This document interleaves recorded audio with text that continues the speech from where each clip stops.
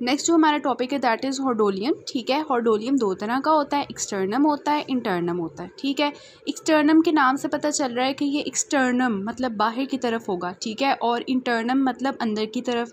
इससे क्या मतलब है? इसका मतलब ये होता है कि जो हमारे बाहर वाले आईलेट के मार्जिन्स पे होते हैं ना ग्लैंड्स, ठीक है, वो कौन कौन से होते हैं? जीज एंड मोल ग्लैंड्स होते हैं।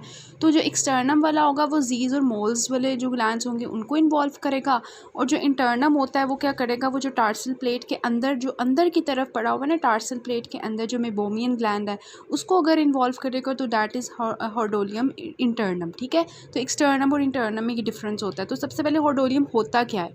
पीछे जो हमने क्लेजियन पढ़ा था वो क्या था, उससे हमने इसको डिफ्रेंशिएट करना होता है। किस तरह से कि यहाँ पे इसकी डेफिनेशन में आपको नज़र आ रहा है, it is an infectious nodule. ठीक है, वो जो हमने पहले वाला पढ़ा था ना क्लेजियन, ठीक है, वो इन्फेक्शियस नहीं था, वो इन्फ्लेमेटरी था, बिकॉज वहाँ पे कोई बैक्टीरिया नहीं आया था ना।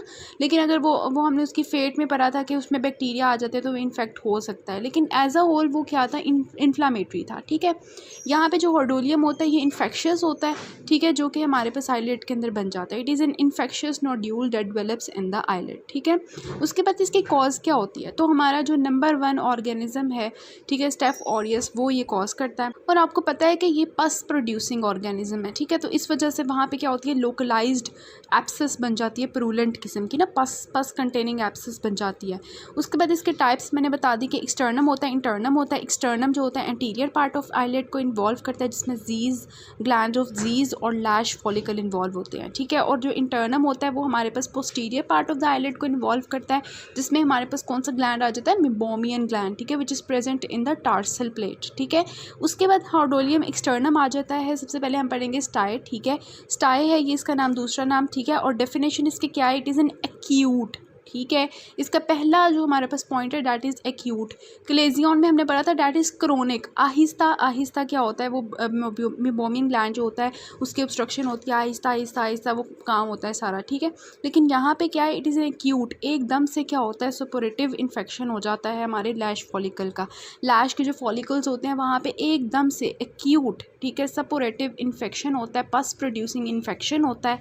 ठीक है, और इसमें जो ग्लैंड्स इन्वॉल्व होते हैं बिकॉज इट इज़ एक्सटर्नम, तो यहाँ पे जो ग्लैंड्स इन्वॉल्व होंगे डैट इज़ जीज एंड मोल। ठीक है, उसके बाद इसका कॉज क्या होता है? हमने पढ़ लिया कि स्टेफ ऑरियस होता है। स्टेफ ऑरियस जो है यहाँ पे एब्सेस बना देता है, पस बना देता है। ठीक है, उसके बाद इसके क्लिनिकल फीचर्स क्या होते हैं? अब देखें यहाँ पे हमारे बैक्टीरिया आ गए हैं, तो यहाँ पे हमें क्या होगी? पेन भी होगी। ठीक है, यहाँ पे हमें पेन भी फील होगी because it is actually infectious inflammation. ठीक है, तो क्लेजियन में क्या था? पेनलेस था। ठीक है, यहाँ पे हमें पेन भी होगी और टेंडरनेस भी होगी। मतलब ये कि जब हम उसको टच करते हैं ना, ठीक है, तो हमें पेन फील होती है उस जगह को। ठीक है, उसके बाद हमारे पास बिकॉज नीचे सारे बैक्टीरिया हैं, ठीक है, तो पेन फील होगी। उसके बाद क्या है कि हमारी जो आईलेट मार्जिन होती है वो रेड कलर की हो जाती है और उसमें एडीमा हो जाता है। ठीक है, स्वोलन हो जाती है आई। तो ये भी आपके साइंस ऑफ इन्फ्लेमेशन है। पस जो है वो हमारे पास होती है। तो क्लिनिकल फीचर्स क्या होंगे? इन्फ्लेमेशन हुई हुई है ना, तो हमारे पास पेन होगी, रेडनेस होगी, स्वेलिंग होगी, इन शॉर्ट अगर हम कहें, और टेंडरनेस होगी। ठीक है, उसके बाद हमारे पास डीडीज़ आ जाते हैं इसके कि हमें लग सकता है कि ये जो है ना एक्सटर्नम जो है ये इंटर्नम है। ठीक है, और हमारे पास सेकेंडरी इन्फेक्टेड क्लेजियन भी हो सकता है, जो कि हमने फेट ऑफ क्लेजियन में पढ़ा था। ठीक है, उसके बाद हमारे कॉम्प्लिकेशंस आ जाते हैं। अब खुद देखें कि हमारे जो कॉम्प्लिकेशंस हैं वो क्या हो सकते हैं। आई के अंदर इन्फेक्शन है, ठीक है, तो अगर वो स्प्रेड कर जाता है तो जो ऑर्बिट है, ठीक है, आई जो है वो ऑर्बिट के अंदर पड़ी होती है, तो ऑर्बिट के अंदर हमारे पास अगर वो इन्फेक्शन स्प्रेड करता है तो डैट इज़ ऑर्बिटल सेलुलाइटिस। ठीक है, और अगर ऊपर ब्रेन की तरफ जा रहा है, ठीक है, और अंदर जो है स्कल के अंदर जाएगा तो कैवर्नस साइनस थ्रोम्बोसिस भी हो सकती है। ठीक है, और प्री सेप्टल सेलुलाइटिस भी हो सकता है। ठीक है, तो ये सब हमारे पास इसके कॉम्प्लिकेशंस होती हैं कि ऑर्बिट को इन्वॉल्व कर सकता है और ऊपर जाके स्कल की कैविटी के अंदर जाएगा तो कैवर्नस साइनस थ्रोम्बोसिस भी हो सकती है। ठीक है, उसके बाद इसका ट्रीटमेंट क्या होगा? तो ऑब्वियसली पेन है तो हम एनाल्जेसिक्स देंगे। ठीक है, अगर हमारे पास वहाँ पे बैक्टीरिया हैं तो हमने उनको मारने के लिए सिस्टमिक एंटीबायोटिक्स दे देने होते हैं, टॉपिकल एंटीबायोटिक्स भी दे देने होते हैं, और हमने वार्म कंप्रेसेस करने होते हैं। ठीक है, वैसे यहाँ पे ना कोल्ड कंप्रेसेस होना चाहिए बिकॉज कोल्ड कंप्रेसेस यहाँ पे हम करते हैं। क्लेजियन के केस में हम वार्म कंप्रेसेस करते हैं। ठीक है, यहाँ पे हम वार्म कंप्रेसेस नहीं कोल्ड कंप्रेसेस करते हैं, but you will follow your book, लेकिन यह है कि कोल्ड कंप्रेसेस होना चाहिए। उसके बाद एवैक्यूएशन ऑफ पस, ठीक है, जो पस अंदर बनी हुई है सारी उसको बाहर निकालो जी, ताकि वो सारे सिम्टम्स ख़त्म हो। ठीक है, इसके अलावा हमने जो अगर साथ में ब्लेफराइटिस भी हो गया पेशेंट को तो हमने उसको भी ट्रीट करना है, जो हम इंशाल्लाह आगे पढ़ेंगे व्हाट इज़ ब्लेफराइटिस। ठीक है, तो ये आपके इसके जो है ट्रीटमेंट है कि स्टाई होता क्या है, ठीक है, क्रॉनिक होता है, ये याद रखना है। दूसरा ये कि इन्फेक्शन किस किस चीज़ का होता है, ज़ीज़ एंड मोल का। इसमें कौन सा बैक्टीरिया इन्वॉल्व होता है, स्टेफ ऑरियस इन्वॉल्व होता है। इसके क्लिनिकल फीचर्स क्या होते हैं, सारे इन्फ्लेमेटरी साइंस होते हैं। कॉम्प्लिकेशंस क्या हो सकते हैं, ठीक है, बता दिया मैंने आपको। ट्रीटमेंट क्या करना है, अकॉर्डिंग टू सिम्टम्स करना है। पेन के लिए एनाल्जेसिक्स, सिस्टमिक, टॉपिकल एंटीबायोटिक्स, ठीक है, कोल्ड कंप्रेसेस, और इसके अलावा आपने इवैक्यूएशन ऑफ पस करनी होती है। और फाइनली अगर ब्लेफराइटिस है तो उसको भी आपने ट्रीट करना होता है। सो इसका यूक्यू है ट्रीटमेंट, इसकी डेफिनेशन इंपॉर्टेंट है, क्लिनिकल फीचर्स डायग्नोसिस के लिए इंपॉर्टेंट है, कॉम्प्लिकेशंस आपको आनी चाहिए, ठीक है।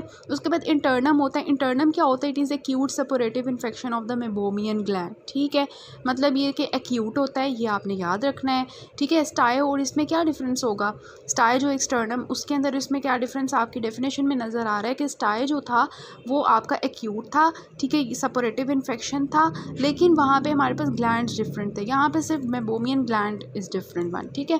उसके बाद इसका कॉज क्या होता है, स्टेफ ऑरियस होता है, वही हो गया, ठीक है। क्लिनिकल फीचर्स वही हैं, पेन हो गया, रेड एंड स्वोलन हो गई, टेंडरनेस हो गई, ठीक है। और अगर हम उसको प्रेशर अप्लाई करें तो वो, क्योंकि हमारा जो प्रेशर अप्लाई करने से क्यों अंदर से पस बाहर ना आएगी, क्योंकि ये एक्सटर्नम वाला है, ठीक है, सॉरी।